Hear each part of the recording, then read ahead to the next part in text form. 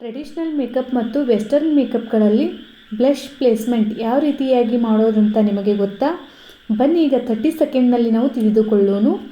Guys, traditional ಮೇಕಪ್ನಲ್ಲಿ apple of the ಚಿಕ್ಕ ಭಾಗದಿಂದ ನಾವು ಬ್ಲಷನ್ನು ಪ್ರಾರಂಭಿಸಿ ಸ್ವಲ್ಪ ಹೊರಭಾಗದ ಕಡೆ ಬ್ಲೆಂಡ್ ಮಾಡಬೇಕಾಗ್ತೈತಿ ಎಲ್ಲಿ ಟ್ರೆಡಿಷ್ನಲ್ ಮೇಕಪ್ದಲ್ಲಿ.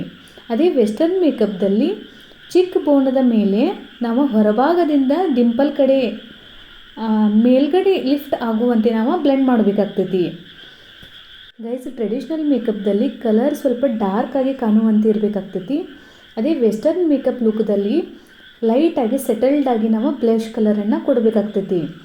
ಆದಷ್ಟು ಬ್ಲೆಂಡಿಂಗ್ ನೀಟಾಗಿ ಮೇಲ್ಮುಖವಾಗಿ ಬ್ಲೆಂಡ್ ಮಾಡುವುದರಿಂದ ನಮ್ಮ ಫೇಸ್ ಲಿಫ್ಟಾಗಿ ಕಾಣ್ತೈತಿ ಮತ್ತು ಸ್ಲಿಮ್ ಆಗಿ ಕಾಣ್ತೈತಿ ಮತ್ತು ಮಾಡರ್ನ್ ಆಗಿ ಕಾಣ್ತೈತಿ.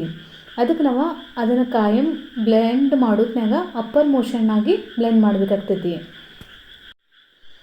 ಗೈಸ್, ಟ್ರೆಡಿಷ್ನಲ್ ಲುಕ್ಕನ್ನು ನಾವು ಜಾಸ್ತಿ ಯಾವ್ಯಾವ ಸಂದರ್ಭದಲ್ಲಿ ಕೊಡಬೇಕಾಗ್ತೈತಿ ಅಂದ್ರೆ ಬ್ರೈಡ್ಗಾಗಿರಬಹುದು, ಯಾವುದೇ ಫೆಸ್ಟಿವಲ್ ಸಂದರ್ಭದಲ್ಲಾಗಿರಬಹುದು, ಇಂಥ ಸಂದರ್ಭಗಳಲ್ಲಿ ನಾವು ಟ್ರೆಡಿಷ್ನಲ್ ಮೇಕಪ್ ಲುಕ್ಕನ್ನು ಕ್ರಿಯೇಟ್ ಮಾಡ್ತೀವಿ.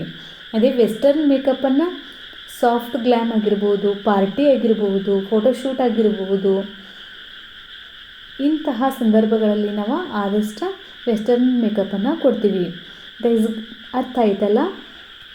ಒಂದೇ ಫೇಸ್ನಲ್ಲಿ 2 ಲುಕ್ಕನ್ನು ಕ್ರಿಯೇಟ್ ಮಾಡಿ ತೋರಿಸಿದ್ದೇನೆ ನಾನು ನಿಮಗೆ. ಒಂದು ಟ್ರೆಡಿಷ್ನಲ್ ಮೇಕಪ್ಪು, ಇನ್ನೊಂದು western makeup.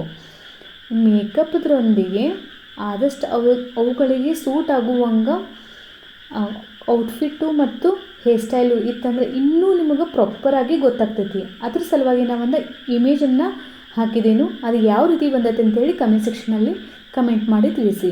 Thank you for watching.